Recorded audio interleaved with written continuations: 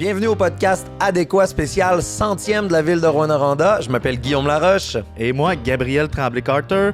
On va avoir le plaisir de co-animer ce podcast ensemble. Le podcast où on reçoit des acteurs culturels importants de la ville de Rouyn-Noranda. Parce que la ville de Rouyn-Noranda, c'est une ville très culturelle puis on a envie de le partager avec vous. Bon épisode!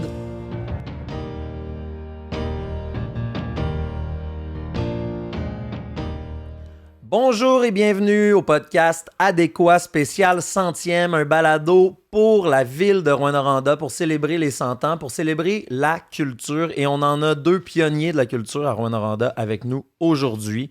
À commencer par un ancien enseignant de musique dans les écoles primaires secondaires. Il a dirigé des chorales, ça en devient innombrable. Et il a aussi été mon père par la bande. Louis-Antoine Laroche. Salut Louis-Antoine. Bonjour. Bonjour. Bonjour. Bienvenue pour le secondé. On a la chance de recevoir M. Jacques Marchand. Jacques est un compositeur, un chef d'orchestre. Il est bâtisseur culturel, là, en fait, là, et originaire de Rouyn-Noranda. Il a aussi fondé, là, si je ne me trompe pas, en 1987, là, mais l'Orchestre symphonique régional de l'Abitibi-Témiscamingue qu'on nomme l'OSR. Donc, bienvenue, Jacques. Bienvenue. Merci. Plaisir de vous recevoir aujourd'hui. Merci beaucoup. Là. Vraiment, merci d'être présent. On va passer aujourd'hui à travers vos parcours un petit peu. Vous allez pouvoir nous en parler certainement. Deux personnes qui ont contribué beaucoup dans des secteurs, je dirais, dans des secteurs assez précis de la culture à Rouyn-Noranda. Je trouve ça super intéressant, super important, mais qui ont quand même deux parcours similaires et différents à la fois. Premièrement, Jacques, originaire de Rouyn-Noranda, Louis-Antoine, originaire de l'autre bout du Québec.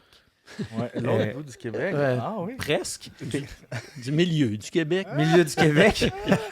Un domaine culturel qui touche la danse, hein? C'est bien ça, hein? Si je ne me trompe pas. Oh oui, je suis danseur. Oui. Alors, beaucoup Pour l'OSR. Avec beaucoup de bière dans le corps, je peux danser. Ah, c'est génial. Comme gardien de but, il y a des joueurs qui devaient te faire danser pas mal. Ouais. Pas en tout. Je crois que vous êtes deux bons amis, hein? Si je ne me trompe pas. Là. Ouais, on n'a pas le choix, tu sais, finalement. Oh, magique. En public. Hein? En public, seulement. Oh, qu'on va avoir du plaisir dans cet épisode-là, ouais, vraiment. Puis, Jacques, moi, j'ai envie de connaître un peu, originaire de Rouyn-Noranda, mais qu'est-ce qui t'a amené à devenir un grand bâtisseur à ce niveau-là, au niveau de la musique, des orchestres? Tu sais, ton chemin. Tu Écoute, viens de où? Hein? je viens de... Je suis venu voir sur la rue principale, pas loin ici. Ah, OK. Ouais. À un moment donné, il faut venir au monde à quelque part. C'est ici que je suis venu au monde. Mon père et ma mère ont été des pionniers de la ville. C'était ici, eux autres, avant que la ville soit ville.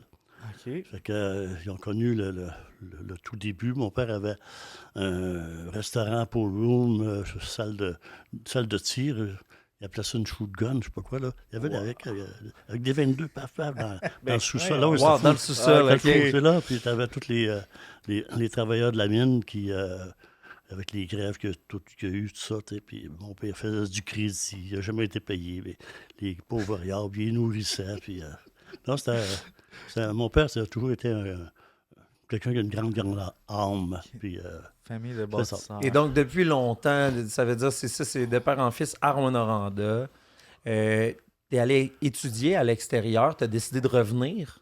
Oui, je suis allé faire mes études à l'extérieur. En fait, que j'ai découvert la musique sur le tard. Tu sais, là. J'ai commencé à faire de la musique après à l'âge de 12 ans, à l'oreille. Je me suis formé un orchestre de danse à l'époque, le kit, tu sais. Puis il y avait le magasin Mignot à l'époque, là, qui était à l'autre bout. Puis le monsieur Mignot, Aimé Mignot, lui, il jouait du violon, puis tout ça. Puis c'était monsieur musique, si on peut dire. T'sais.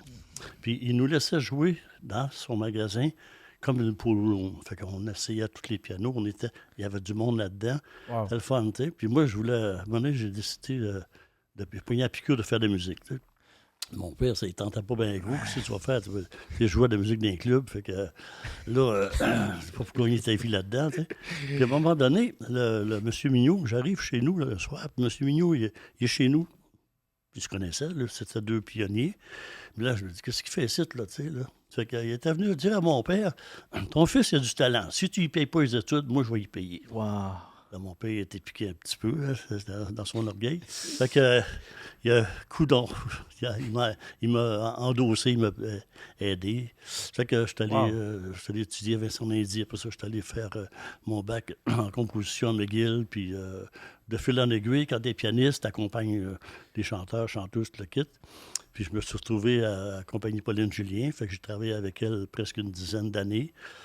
J'ai poigné le plus beau bout de sa vie à elle, puisqu'on voyageait 3 fois par année, on allait en Europe. Là, Incroyable. Oui, c'était vraiment le fun. Puis à un moment donné, j'étais tanné d'accompagner, j'ai arrêté, je me suis monté un concert pour gagner ma vie, je vais être riche et célèbre. Le rêve de tout Le rêve de tout le monde, c'est c'est là. Fait que finalement, j'étais dans la dèche, j'étais criblé de dettes, je suis venu faire une tournée à Rouen. Puis là, il y avait un congé de maternité de Suzanne Blais à remplacer au centre musical. Fait que j'avais rien devant moi, puis j'ai dit, bon, écoute, je vais remplacer. Puis là, ça faisait tout de même quasiment une vingtaine d'années que j'étais parti. Puis là, j'ai redécouvert ma ville. Parce que je suis parti à 12 ans, pas 12 ans, à 16 ans. 16 ans. À 16 ans. Fait que j'ai redécouvert ma ville. Puis mes parents, tu sais, tu pars à 16 ans, tu connais pas personne. Puis dans le fond, je venais ici une fois de temps en temps. Mais là, j'ai dit non, moi là, c'est fini, je reste ici. Là, c'est à ce moment-là que vous avez... avez... Ouais, puis là, le fils à M. Mignot, il y avait des partitions, puis que M. Mignot, il avait eu un petit orchestre d'une quinzaine de musiciens dans les années 60. Puis Charles, il m'avait dit, je te donne ça, j'aimerais ça que ça reste en région, tu sais. Là, j'ai regardé ça, puis l'idée m'est venue de faire, on va essayer de faire un orchestre. Là, j'ai fait le tour de la région pour voir si les musiciens, je me suis ramassé des gens d'un peu partout. Puis c'est comme ça que l'orchestre est parti. D'où le nom Orchestre symphonique régional. Mais c'est pas Orchestre symphonique régional de l'Abitibi. C'est Orchestre symphonique régional Abitibi-Témiscamingue. Abitibi-Témiscamingue. Parce que moi, je l'ai écouté. Puis dans les abréviations légales, c'est l'OSRAT, mais c'est lettre, l'OSRAT. J'ai toujours essayé ça. Fait que j'ai toujours appelé ça l'OSR, ça paraît bien. L'OSR, c'est beau. C'est ça. Oui. C'est la même chose que l'OSR en Suisse, l'Orchestre symphonique romane. Oui. Ah, ouais.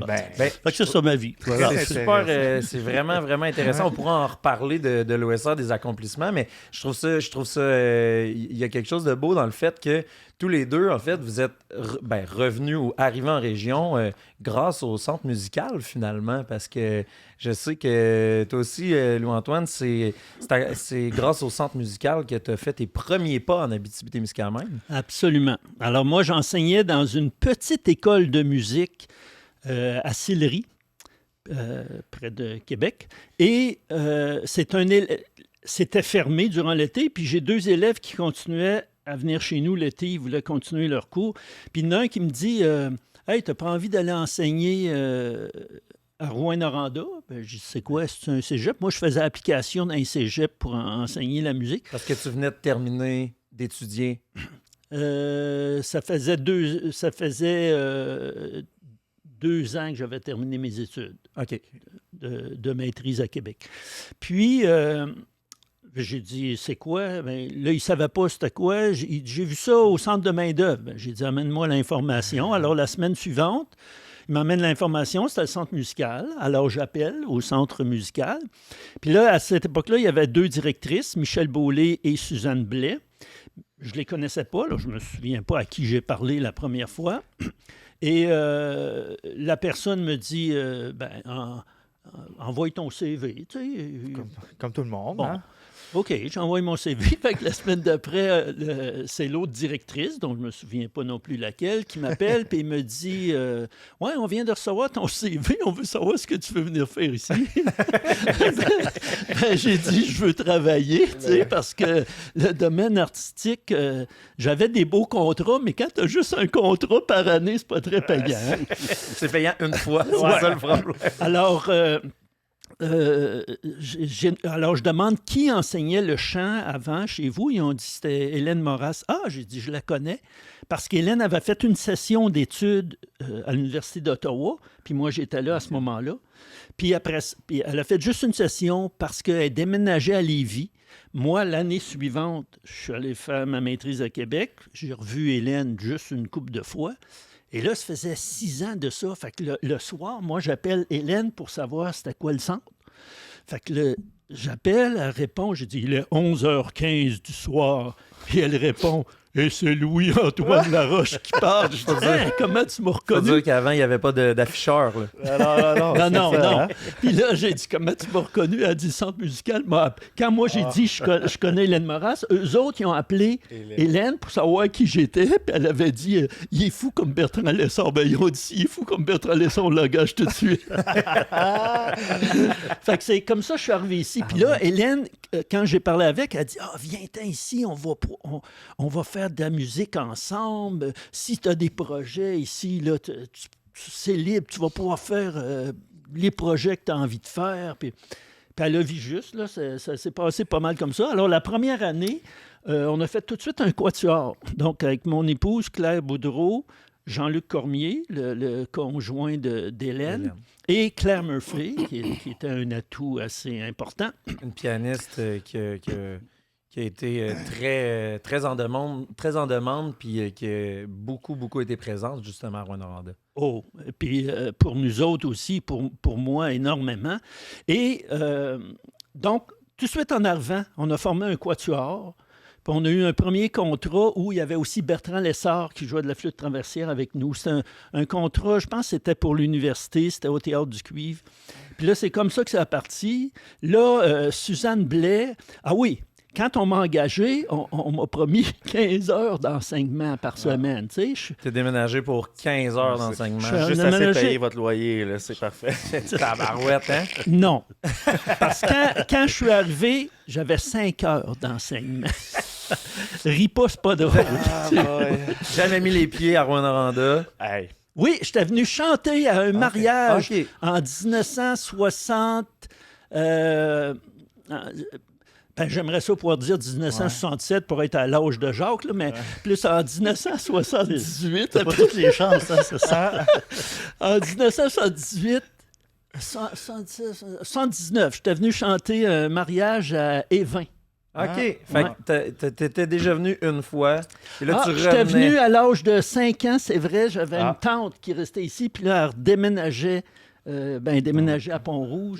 Puis ma mère et moi, on était venus la chercher. OK. Ouais. En tout cas, alors... 5 heures d'enseignement.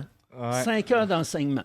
C'est le début d'une longue carrière, est-ce que j'en comprends? Hein? Non, ben, tu sais, à 1000 $, ça vaut à peine pareil. Oui, ça payait. Si seulement. Oui. C'est ton parcours, Jacques, de ne pas avoir enseigné ou t'as enseigné? Je regrette pas mal. Fait que c'est ça. Fait que là, Puis, dès la première année, je demande, est-ce qu'il y a un bon pianiste ici? Puis là, tout le monde me parle de Louis Sarobé, qui était au conservatoire à Val-d'Or. Fait que là, le nom me disait de quoi? Quand je l'ai rencontré, je l'ai reconnu. On n'était pas des amis, mais je l'avais croisé à quelques reprises à l'Université d'Ottawa. Et puis, fait que là, dès le premier printemps, j'ai fait aussi un récital avec lui. Fait que c'est ça. Puis là, le centre musical a été extraordinaire. Là, Suzanne Blais avait appelé M. René Turpin, qui était président de la chorale Les Baladins. Puis eux autres venaient de perdre leur chef.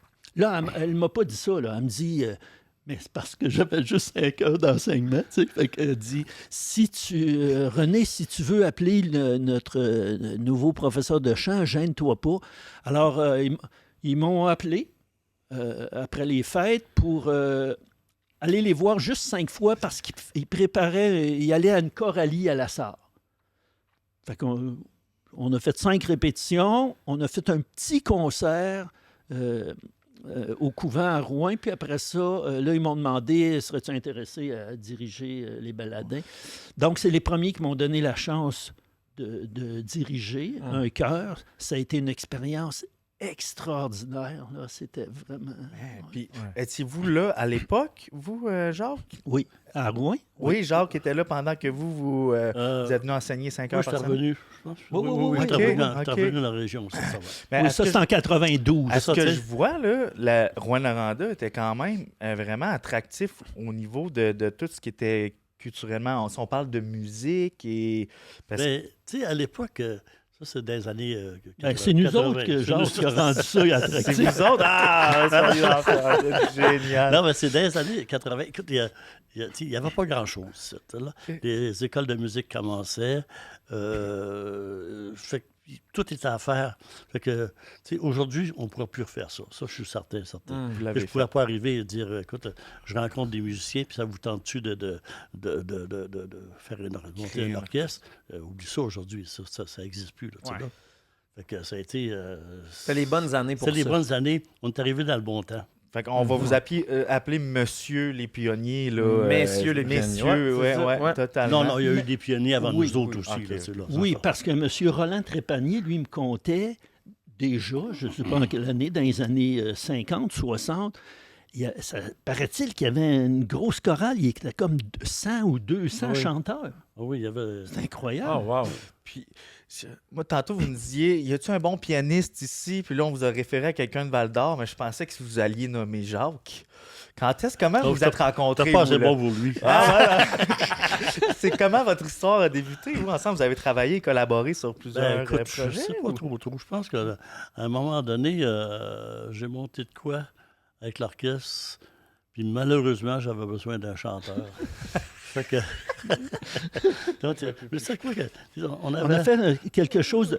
Vous autres, vous aviez déjà fait une affaire de Mozart, puis là, vous refaisiez peut-être pas exactement la même chose, mais avec Hélène était là-dedans, puis on avait chanté... on avait chanté, entre autres, un quatuor de Mozart, là. En tout cas, fait qu'avec l'orchestre, parce qu'à un moment donné, j'ai parti à tous les 3 ans, 4 ans. À l'époque, je ramassais aussi des chorales régionales, une centaine de choristes. Et puis, des fois, il y a des solistes là-dedans. Puis, comme la messe de Mozart, on a fait un Dvorak. Messe de Sainte-Cécile de Gounod. Je pense que c'est ça. Fait que c'est comme ça que j'avais engagé Louis-Antoine avec... différents chanteurs et chanteuses de la région. Puis c'est comme ça qu'on s'est connus. Ouais. Mais tu sais, on n'a jamais... Puis le Klondike Abitibien, ça, c'était merveilleux. Oui, c'est ça. Je pense que c'est la première fois, ça. Non, parce c'était pas la... parce que, en tout cas, c'était le plus gros. J'avais eu des partitions des années 20. Je dis encore, j'ai à peu près 1000 morceaux des années 20, de la musique populaire à l'époque. Là, tu sais, là. Puis là, j'ai fouillé là-dedans, puis... Charlie My Boy, tu t'en souviens de ça? Charlie My Boy, Charlie... Puis j'avais fait faire un cornet, comme à l'époque. Les chanteurs chantaient dans un cornet. Fait que Louis, il chantait... Charlie My Boy. On avait fait un quatuor de barbershop aussi, avec Maurice Asselin.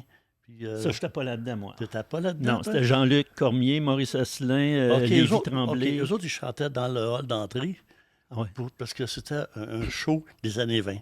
Wow. On avait fait. Ouais. Puis là, ça va être le fun. Puis là, je dansais là-dedans. J'étais comme maître de cérémonie dans ce spectacle. C'est ça. C'est comme ça qu'on s'est connus un peu. Là, ouais. Puis à ce jour, Louis, maintenant, est-ce que tu enseignes encore? Est-ce que tu... je ne sais pas où est-ce que tu es. Alors, moi j'ai enseigné 6 ans au centre musical. OK. À 5 heures par semaine.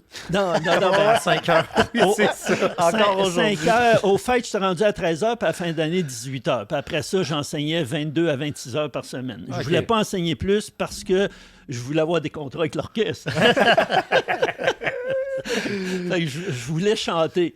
Puis là, la 6e année que j'enseignais au centre, j'ai enseigné une année à 55% au primaire.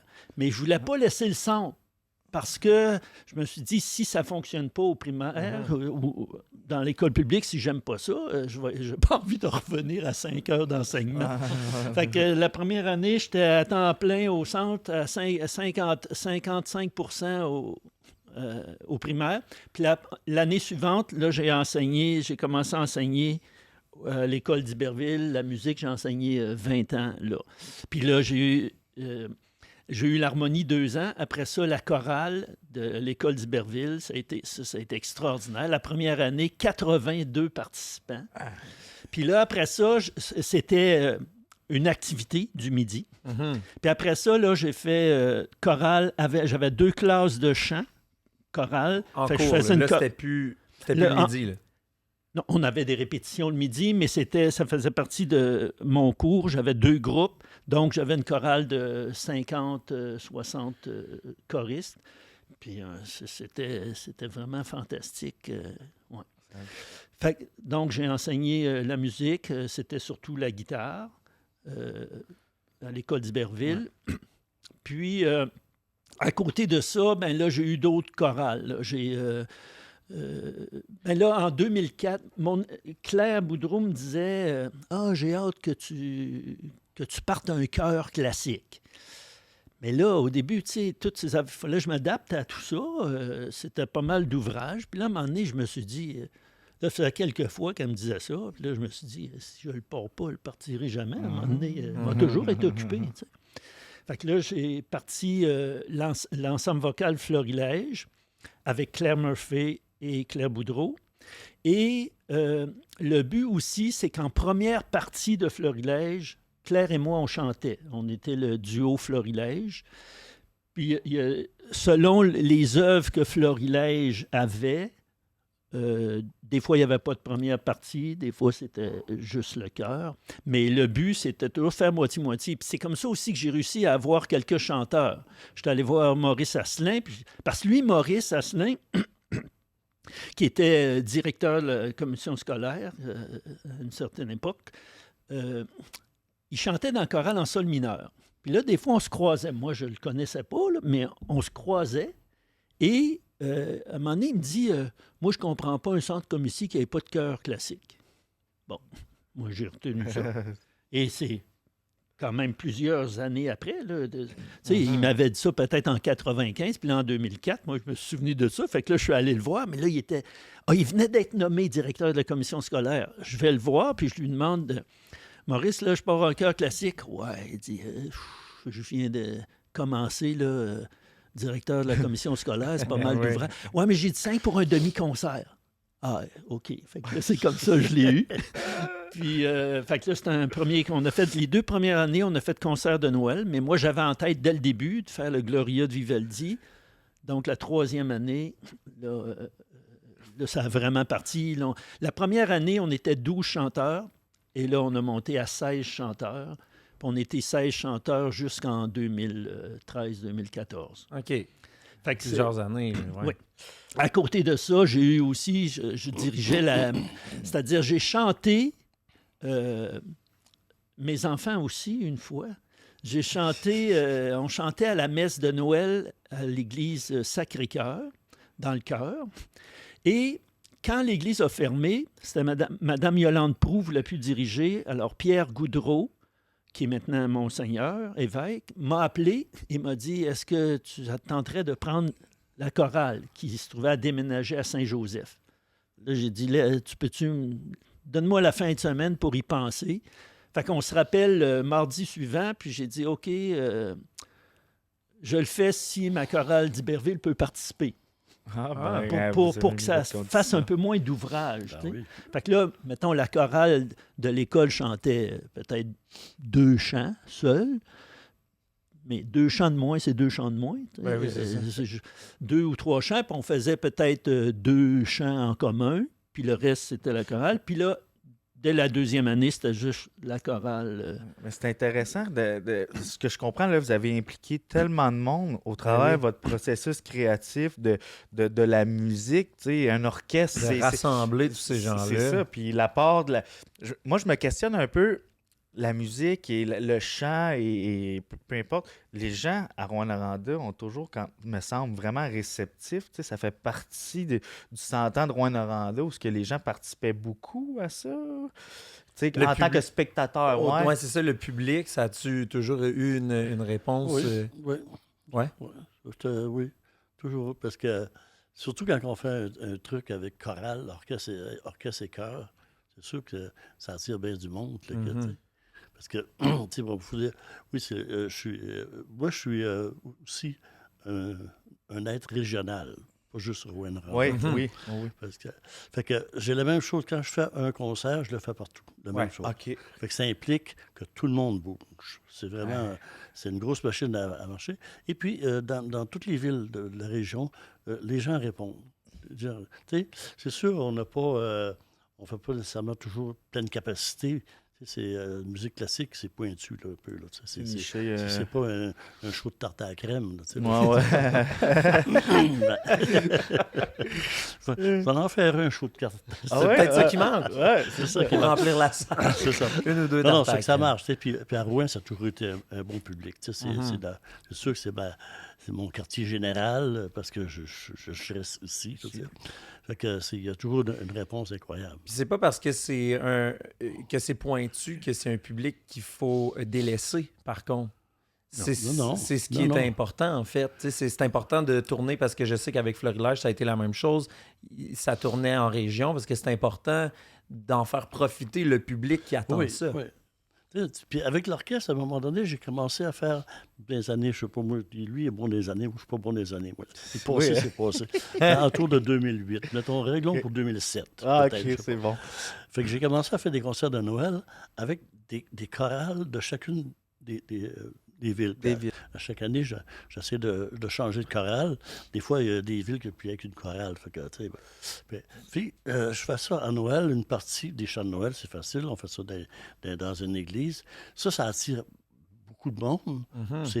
C'est lourd à organiser. Ça fait partie du patrimoine aussi. Je voyage beaucoup. Puis dans chacune des villes, c'est des chorales différentes. Le répertoire est différent. Ou des fois, c'est la même tourne qu'on joue, mais les autres, ils ralentissent là, puis les autres, ils ralentissent pas. Il y avait des petits détails de même. Sauf que les gens qui viennent au concert de Noël, souvent, c'est des gens qui n'ont jamais vu un orchestre symphonique. Puis là, ils sont surpris. C'est donc bien beau. Puis ils trippent. Puis il y en a toujours 5-6 qui décident de venir au concert. Au concert régulier. Fait que, tu sais, on bâtit comme ça. Tu sais, c'est la même chose avec... On a travaillé ensemble beaucoup. Oui. C'est des choses de même.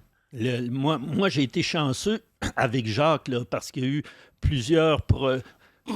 quelques projets où j'ai été invité comme soliste, plus Florilège. Puis, quand tu invitais Florilège, j'aimais ça faire ça avec Adagio, qui était organisé par Benoît Roy à la Sarre. Alors, on mettait les deux chœurs ensemble. Fait qu'on était deux ensembles vocaux, fait que ça faisait un chœur un peu plus gros.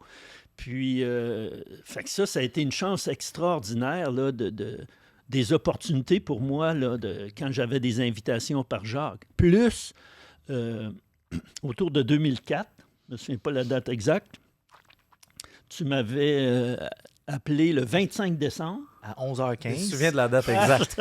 Le 25 décembre. Le 25 décembre, tu dois savoir c'est quoi. Hein? T'avais envie tu m'as fait tout un cadeau là, le 25 décembre. Tu te souviens pas? Je ne me souviens pas. On va entendre ça en Les grande chants primeur. de mon cœur, de Margot Lemire et musique de Jacques Mais Marchand. c'était le 25 décembre, ça? C'était le 25 décembre, tu m'as appelé. Ouais, Puis tu m'as dit, est-ce que tu accepterais... j'avais rien à faire ce journée-là. Est-ce que tu accepterais de chanter une œuvre que je vais composer pour toi? Wow, c'était extraordinaire. Ah, ouais. Fait que je te le dis, j'ai jamais eu d'autres beaux Noël comme ça. Mais je me souvenais pas que c'était le jour de Noël que je t'avais appelé. Oui. Mais c'est un bon cadeau. Les romantique, textes genre. de Margot Lemire, donc des textes d'ici. Oui. C'est C'est un cycle de... Ça, c'est les chants de mon cœur. Oui. Il y avait quoi, 6 ou 7? 6. 6, hein? C'est des poèmes de Margot Lemire que j'ai composé de musique. Et je l'ai orchestré pour orchestre à cordes. On l'avait fait avec l'ensemble Aiguebel, qui est un orchestre à cordes d'une quinzaine de musiciens qui viennent de l'orchestre symphonique. Là, c'est relais. On avait fait ça en tournée. Oui, avec l'ensemble Aiguebel. Oui, c'était beau. C'était vraiment C'est-tu fun, filmé? On peut-tu revivre ces moments-là? Nous, étant jeunes et quasiment pas nés, là. Ben dans oui, ce c'est temps-là. ça. Tu sais, j'ai pas grand-chose de filmé. Non? Il y a des choses, des fois, enregistrées, mais filmées, OK. c'est... Enregistré, oui, audio. C'est ça, là. ouais, OK, c'est ça, oui, au oui. son. C'est ça. C'est des belles archives. Fait que, c'est sûr que c'est toujours compliqué d'avoir des gens qui veulent le faire. Puis le kit, puis Comment on procède quand on a un poème devant nous qui n'a pas été écrit pour nécessairement être mis en musique et qu'on compose là-dessus? Ben, moi, ce que j'aime, tu sais, en général, la chanson, que ce soit les chansons classiques, ou les mélodies classiques ou là, les poèmes sont mesurés. Tu sais,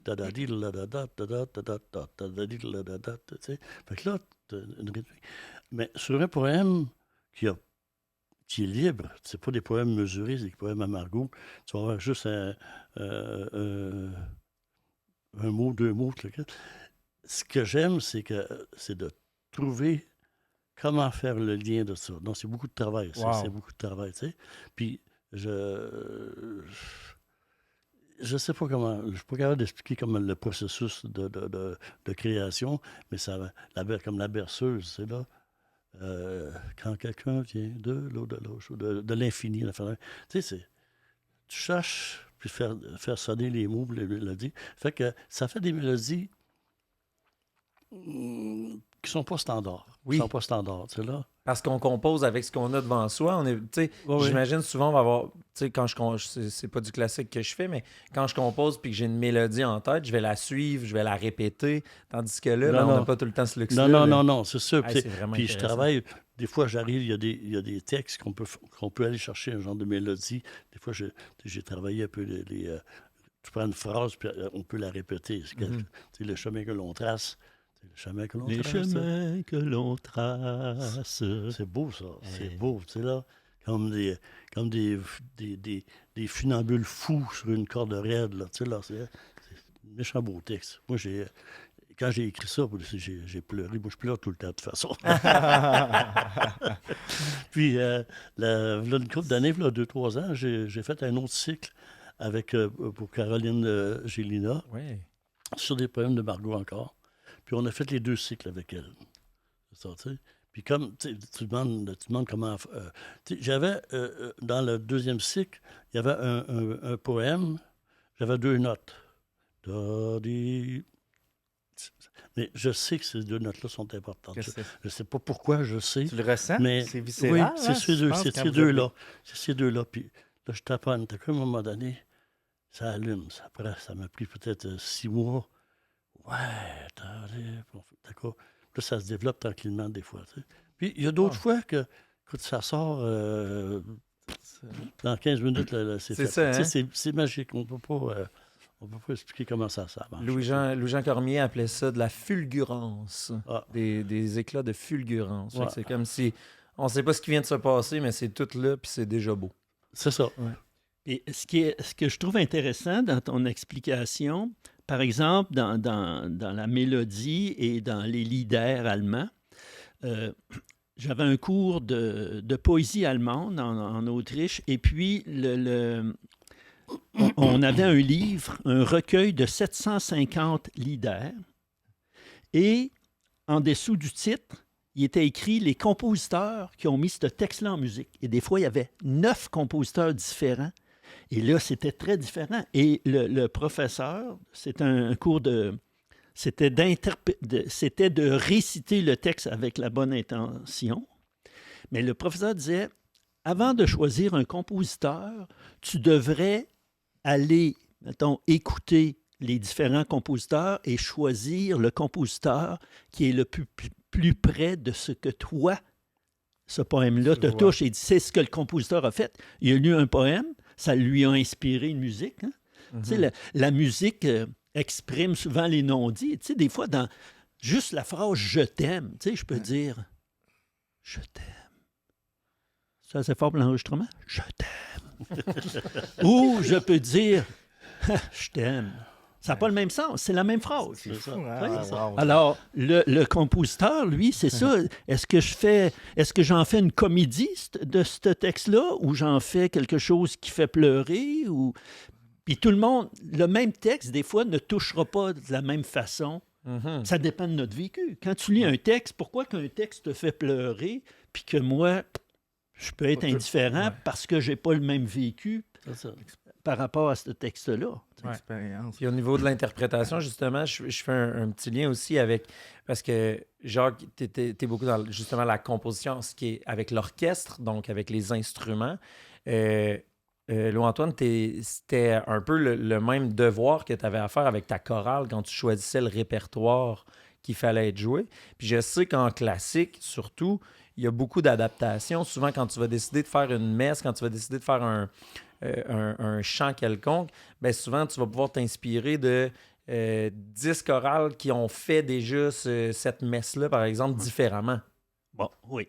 Alors moi, quand je choisissais une œuvre, j'achetais différentes versions et j'écoutais les versions. Souvent, ce que je faisais avant, par exemple, quand j'ai fait le Requiem de Mozart, alors je lisais, pour chaque numéro, je lisais le texte et là, j'essayais de voir comment ce texte-là me touche. Et là, j'écoutais, j'avais écouté 12 versions, j'en ai retenu 8.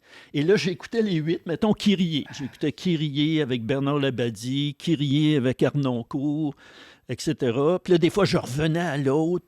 Puis là, j'essayais de voir lequel qui était le plus proche. Puis là, moi, je me faisais une idée là-dessus. Comment je vais diriger ça?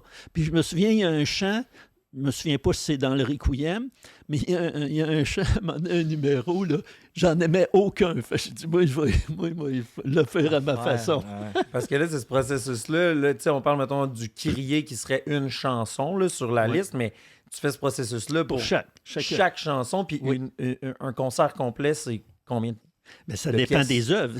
Gloria de Vivaldi, c'est environ 22 minutes. Le Requiem de Mozart, c'est 55 minutes. Okay. Ça dépend de la vitesse que tu diriges. Là. Si c'est dirigé par Jacques, peut-être ça va être plus lent. Mais on a le temps de goûter à la musique. C'est ça l'idée. Non, ça, c'est vrai. Bon, c'est une parenthèse. Je trouve qu'aujourd'hui, les tempos sont toujours trop vite.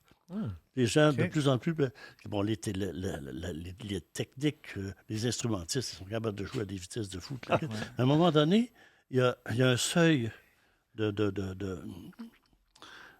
d'appréciation. De réception.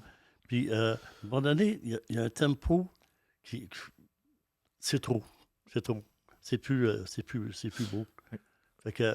Entre trop vite, trop lent, ça, c'est un autre facteur. L'équilibre. C'est ça, l'équilibre. Quand tu écoutes... je prends une pièce, je vais écouter quelques versions, mais pour juste me la mettre un petit peu dans l'oreille, mais je le travaille, à un moment donné, j'arrête. Puis je travaille mes affaires à moi, mon tempo à moi, puis à un moment donné, c'est ça que je file.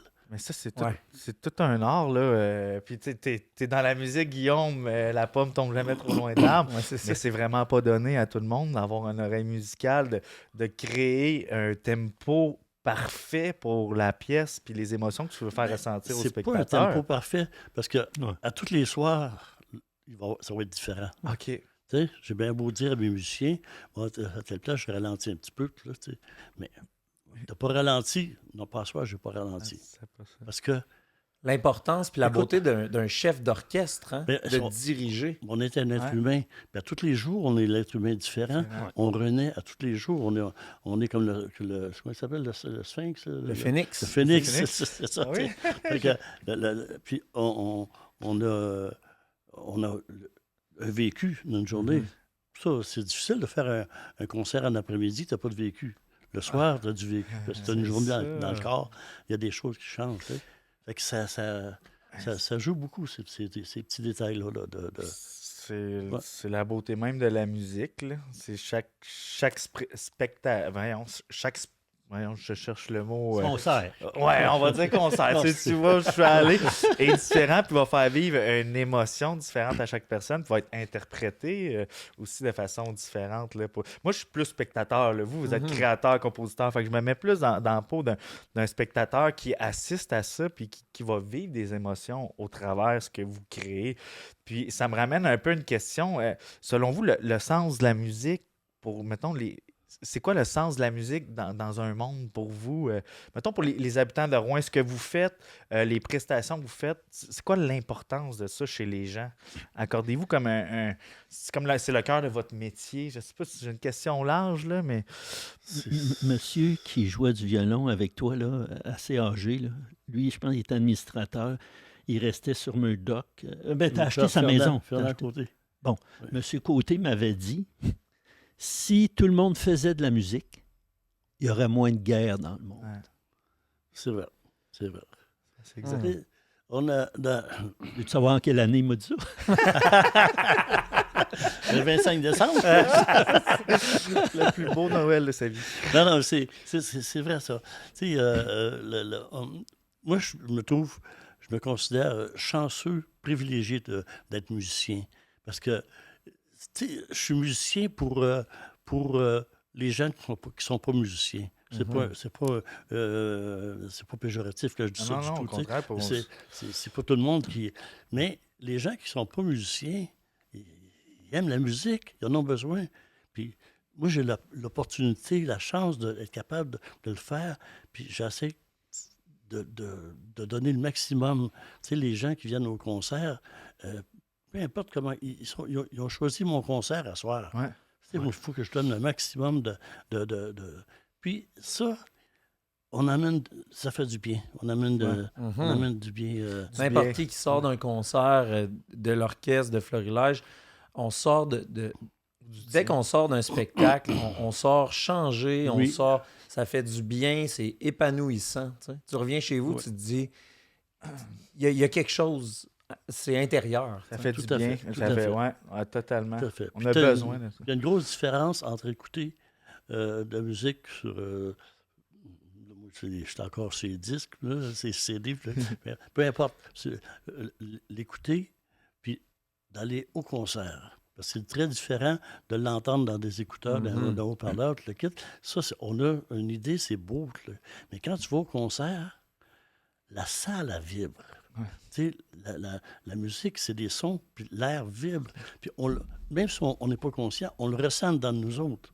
Puis on sort de là, puis c'est donc bien beau. Oui. Puis on vient de partager un moment aussi connecté avec le reste du public, puis avec les gens qui sont sur scène. C'est un échange, c'est très différent. Oui, puis je vais aller plus loin que ça.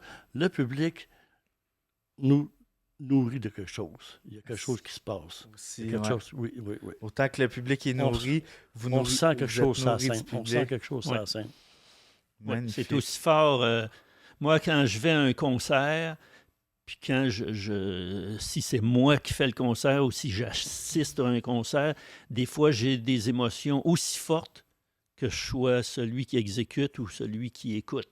Puis quand j'enseignais au secondaire, moi, je me disais, bon, j'ai 3 responsabilités. Il faut que j'aide à former l'élève de sorte que s'il veut aller étudier en musique, s'il veut aller au cégep, il faut qu'il soit accepté. Donc, je suis obligé d'y montrer à lire la musique, etc. Mais on sait que la plupart n'iront pas en musique. Hein? La majorité n'iront pas en musique. Alors, il faut que j'aide les élèves qui n'iront pas en musique, au moins d'avoir le plaisir d'être capable de jouer de la guitare sur le bord d'un feu de camp avec le chum. Et j'ai aussi la responsabilité de former des spectateurs. Ouais. Donc, je faisais écouter des œuvres. Il faut que tu fasses attention parce que, mettons, en musique, moi, j'aimais faire découvrir la musique classique. La musique populaire, je n'ai pas trop à le faire découvrir. C'est eux autres qui peuvent plus m'en apprendre. Mais la musique classique, j'aimais ça, le faire découvrir et j'allais petit peu par petit peu pour pas les brusquer. Ouais. Et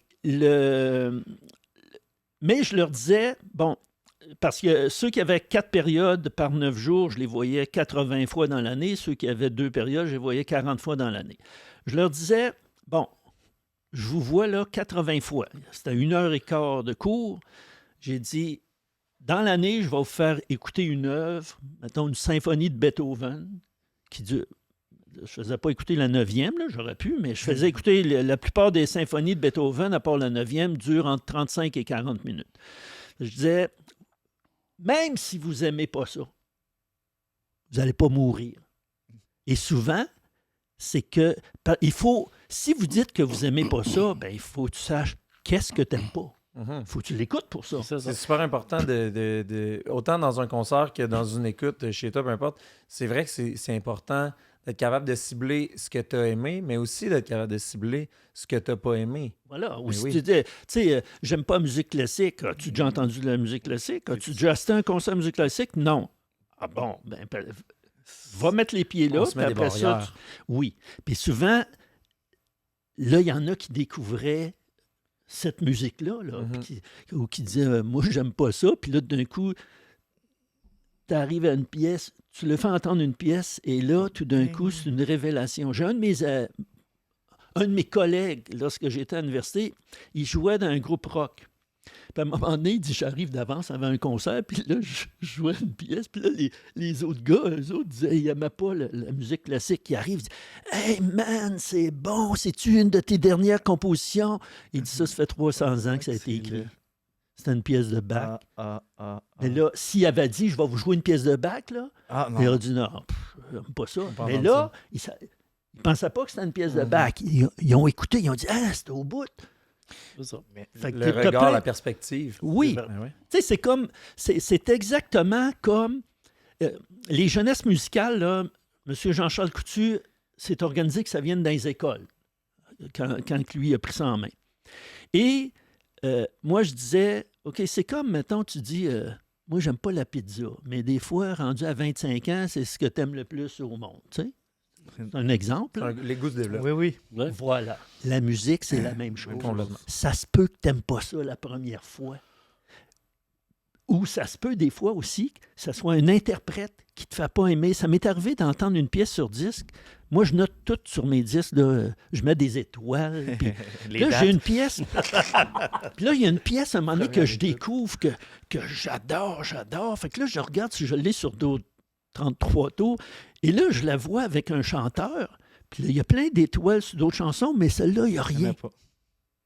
Je la réécoute avec lui, puis là, j'ai compris pourquoi il n'y avait pas d'étoiles. Fait que il y a tout ça, là, l'interprétation, puis... Mais le classique, c'est... Détrompez-moi, je me trompe, c'est un peu la mère, tu sais, c'est la base. De la musique. De la musique, toutes les... La base, ça peut aller loin, là, tu sais, l'être humain jouait sûrement en tapant avec des roches, là, mais le classique, on commence par là, je pense, à l'école, dans l'apprentissage de ce que c'est la musique, je ne sais pas. Ça a dû être arrivé avant le métal puis le rock, c'est sûr. Puis le pop. Mais moi, je dirais c'est plus comme tu sais, la musique du Moyen-Âge, les troubadours, tout ça, je trouve que c'est plus comme l'ancêtre un peu des chansonniers. Ben, le troubadour, c'est donc chansonnier. Tu sais, comment je dirais donc...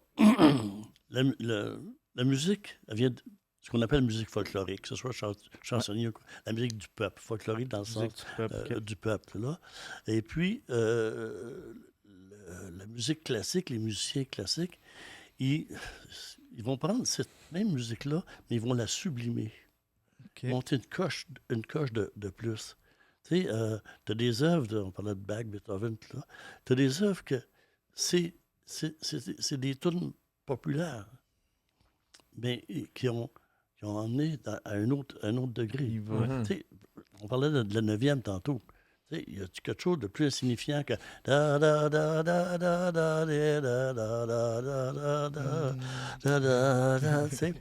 c'est plate. Tout le monde riait de lui à l'époque, mais la façon qu'il l'a amené, qu'il l'a enveloppé, puis oui, c'est ça. Il est allé chercher quelque chose d'autre qu'on ressent, puis qu'à cette heure, quand on l'entend, c'est un hymne à la paix, à la terre. C'est tellement bien dit. Ouais. Et c'est là qu'on voit, puis ça fait aussi le parallèle, je pense, entre, on disait, aller voir un spectacle ou écouter une chanson, mais une petite comparaison qui me vient en tête, c'est qu'en studio, aujourd'hui, toutes les chansons populaires que les gens écoutent, ben c'est comme si on faisait le parallèle entre la personne qui arrive dans un studio avec sa guitare puis qui dit « Hey, c'est ça ma toune », puis la personne qui va prendre cette chanson-là, qui va y ajouter du piano, qui va y ajouter de la basse, qui va y ajouter des violons, qui va y ajouter des cuivres, qui va magnifier justement sublimer, je pense. Sublimer. Qui va tout l'habiller justement. Puis c'est la manière d'habiller la petite mélodie de base qui fait toute la différence. Quand tu as des musiciens du calibre de Bach, Beethoven, peu importe, là, on tombe dans le top des génies. Là, c'est un génie pas loin de la folie. Là, hein, non. OK. Génie musical. Non, c'est ça. Écoute, mais eux autres, ils voient la musique d'une autre façon, une coche de plus.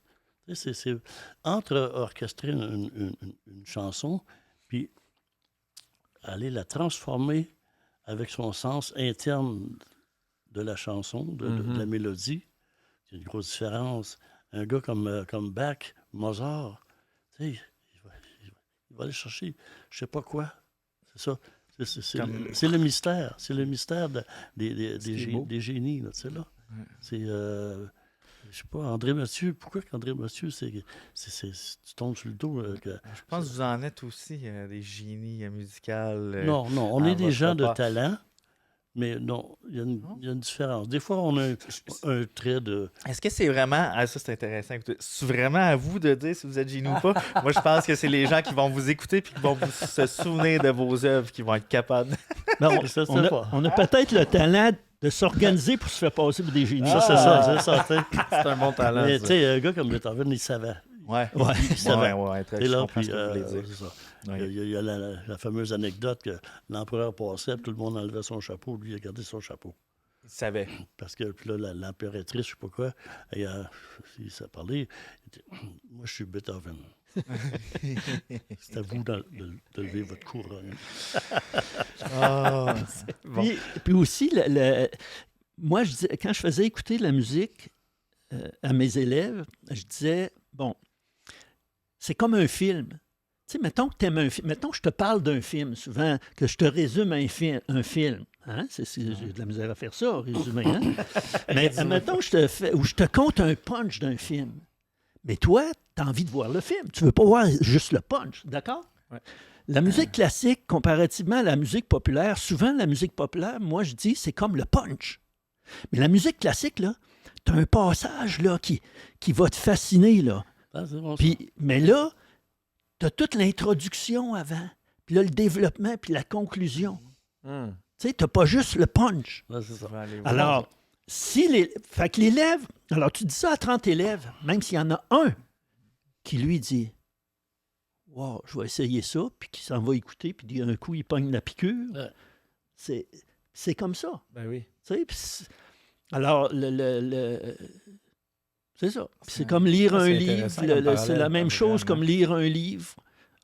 Si je te parle d'un livre ou je te parle d'un punch qui est arrivé dans le livre, mais la personne qui aime lire, elle veut voir le Ça premier mot puis le dernier mot. Il faut que tu aies le temps de t'attacher au personnage, il faut que tu aies le temps de t'attacher à la musique, à tous les hauts et les bas, pour que le punch soit aussi efficace. tu sais. Oui. Mhm. Puis la découverte de la musique, c'est aussi un peu, mettons un ami, mettons un couple.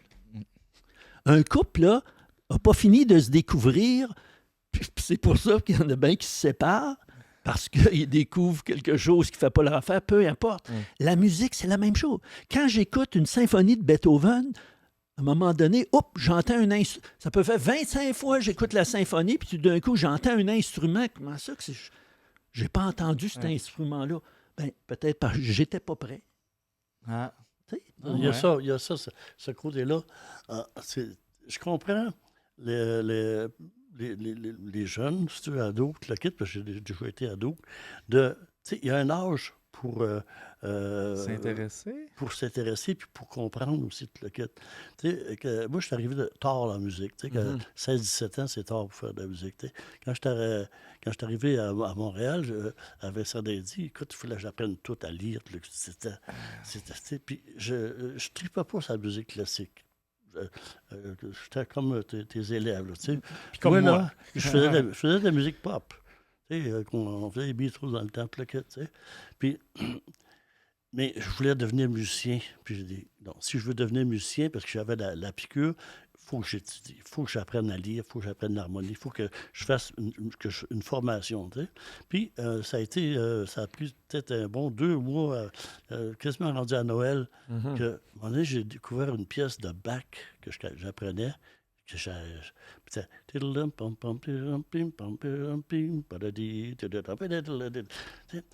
Ça a fait clic dans ma tête. J'ai dit, ça, c'est beau. Puis c'est à partir de là que j'ai commencé à dire, OK, ça, c'est plus intéressant que la musique pop que je faisais de Johnny Cash. Tu sais, là.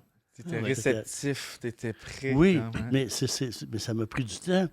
Parce que avant, je n'étais pas prêt à ça. Puis même quand je suis arrivé à l'école de musique, je n'étais pas prêt. Tu sais, je le faisais, puis j'ai une tête de... Je dirais pas le mot, là. Mais Non. Je comprends. une tête dure, tu sais, là. Ouais. Fait que J'étais genre pitbull, si tu veux pas. Je lâche pas le morceau. Fait que, mais après, puis de là, je dis OK, puis j'ai commencé à développer. Fait que il faut risquer, il faut plonger, comme Antoine le dit. Faut pas avoir peur d'écouter de la musique parce que peut-être que, tu sais, oui, j'aime ça. Soyons honnêtes avec nous autres, tu sais. On n'ose pas. À un moment donné, ça se monte graduellement, tu sais. Exactement. Puis je pense que c'est ce qui est à retenir de ça, c'est le goût qui se développe. Puis c'est pareil comme un bon vin. Tu vas boire du vin, tu vas boire 20 vins rouges différents, puis tu goûteras aucune différence, tu te rends compte. Mais à un moment donné, quand tu t'y mets, quand tu prends le temps, ben là, tu fais « Ah, tabarouette, je viens de goûter une différence. » Ben, c'est la même chose avec le goût. Tu développes. C'est ça. Ton oreille va se développer comme tes papilles gustatives. C'est normal que quand tu as 16 ans, 17 ans, 20 ans, que tu n'aies pas la même compréhension du compositeur ou de la compositrice qui a écrit l'œuvre à 55 ans, avec sa vie, avec ses malheurs. Il est arrivé plein de choses dans la vie. Puis ce qu'elle dit, ou ce qu'il dit, le compositeur, je ne suis pas prêt à le recevoir. J'ai jamais connu de décès, par exemple. Voilà, tu sais. Écoute, tu as 55 ans, tu as un vécu de... oui. C'est tout un facteur. Puis ça s'éduque. C'est dynamique, c'est évolutif, ça n'arrêtera jamais. Oui, tout à fait. Bon, de quoi je voulais... Le 25 décembre. Je m'en souviens, il mouillait cette journée-là. Je veux dire quelque chose sur Strauss, mais avant... OK, Strauss, tu vas revenir de ça. Mais avant, moi aussi, à 20 ans, je ne connaissais pas de notes de musique. Et j'ai commencé à 13 ans à gratter la guitare. J'ai pris des cours de guitare populaire. J'ai fait des boîtes à chansons. Je ne vivais pas de ça, là, mais je faisais des boîtes à chansons à l'occasion. Puis, là, Puis quand j'ai commencé à étudier la musique, là, j'ai commencé par la guitare classique. Alors, j'ai fait 2 ans de cours privés de théorie et de guitare classique. Là, j'ai été accepté à l'université. Mais même là, j'étais à l'université, mais je me suis dit, bon, quand je faisais du chansonnier, j'avais envie de faire ça, gagner ma vie de même. Mais là, je me suis dit, si dans 5... Tu sais, je commençais à avoir des demandes, puis je faisais du spectacle. Je me suis dit, si dans 5 ans, on ne veut plus m'entendre, qu'est-ce que je fais? Fait que j'ai dit, je vais étudier la musique, puis au pire, je pourrais l'enseigner. Puis là, ça a pris une autre tournure. Puis c'est juste vers 24 ans que là, la musique classique a commencé à se révéler à moi, a commencé par le chant. Puis, là, c'est devenu une passion. Alors, j'aime pas moins la musique populaire que j'aimais, mais la musique classique a pris le dessus. Autre chose sur Strauss. Quand tu parlais de vitesse. On était là. C'est là que Strauss. Alors, Strauss-toi pas. Non. Alors, quand Strauss, à la fin de sa vie, il était malade, il était à l'hôpital, puis il y avait un concert en plein air à Vienne. Et le chef d'orchestre dirige, puis tout le monde sait dans Vienne que Strauss va mourir bientôt. Et là, il y a le concert. Puis là, à un moment donné, il y a quelqu'un qui s'approche du chef, qui tire sur sa culotte, puis il dit un mot. Et là, c'est poignant. Et là, le chef fait signe aux musiciens. Ils sortent le Beau Danube bleu. Ils l'ont joué 2 fois plus lent. Tout le monde a compris que Strauss venait de mourir. Pendant le concert. Parce qu'il jouait plus lent. Puis tout le monde est parti. Wow. C'est incroyable, hein? Le pouvoir de la musique. Le pouvoir de la musique. Ouais. C'est un pouvoir extraordinaire. Messieurs, merci d'avoir été là et de continuer à être là pour faire vivre ce pouvoir de la musique-là parce que je crois réellement que c'est important de continuer à travailler pour. Puis ça m'amène à une question. Rouyn-Noranda, qu'est-ce que vous aimeriez, qu'est-ce que vous souhaiteriez pour Rouyn-Noranda, pour la génération future, pour encourager la musique encore? Qu'est-ce qu'on devrait faire? Vous êtes au summum de votre art, puis vous avez... pense que c'est à peu près la même réponse que toi. C'est que la jeunesse, n'ayez pas peur de vous ouvrir. Tu sais, on n'est pas prêt à recevoir une musique, mais si on rouvre, à un moment donné, il y a une porte qui va arriver. Tu sais, puis il faut pas penser que j'aime pas ça. Allez, comme Louis-Antoine a dit, allez l'écouter. Puis ouvrez un peu. Il y a un zip site, là, puis il faut faire ça avec. Là, Puis là tu écoutes, puis il y a quelque chose qui rentre. Puis tu sais pas quand est-ce que ça va rentrer. C'est ça. Puis moi, là, à mes concitoyens, là, puis même les plus vieux concitoyens, tu sais, il y a des gens qui sont boqués encore, ils ont 50 ans, ils sont boqués. On en connais-tu? Mais tu sais, ouvrez-vous. Puis prenez une chance de venir à nos concerts, que ce soit les concerts de Louis-Antoine ou le Linien, ou peu importe, les concerts de musique, ce qu'on appelle sérieuse. Ouais. Mais on est du monde qui a du fun. Puis moi aussi, l'accueil, il faut qu'il y ait des gens, comme par exemple pour les professeurs de musique, là, comme au centre musical, c'est difficile des fois de recruter des gens. Moi, je suis venu ici, je pensais d'être ici 2 ans, puis je ne m'en retournerai pas. Et grâce à l'accueil de Rouyn-Noranda, à un moment donné, je faisais un concert, soit avec la Société d'art lyrique ou avec Jacques, avec l'orchestre symphonique. Puis, je me couche l'après-midi. Quand Claire me réveille, je dis, je me sens comme si j'allais dire merci aux gens de Rouen. C'est ça, l'accueil que tu as ici, là, partout où j'ai fait de la musique en région, là, les organisations qui nous accueillaient, là, c'était extraordinaire. Tu as envie de retourner. Là. C'est vrai, ça. Moi, je ne suis pas conscient de ça parce que je viens de Rouen. Je viens de la région. Mais les gens disent ça, mais toi, tu es arrivé, puis c'est vrai qu'on est... Je suis arrivé, puis tu étais là. Donc, c'est vrai qu'on est accueillant. Puis continuer à être accueillant.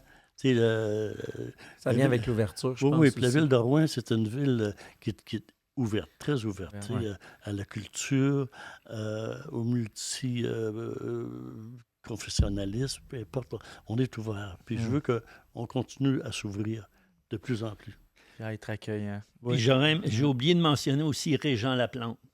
Moi, je prépare un récital avec lui, là, puis lui est embarqué dans le pianiste, Régent Laplante, il est embarqué dans Florilège en 2008, jusqu'à temps que moi je laisse Florilège, j'ai été remplacé par Isabelle Trottier.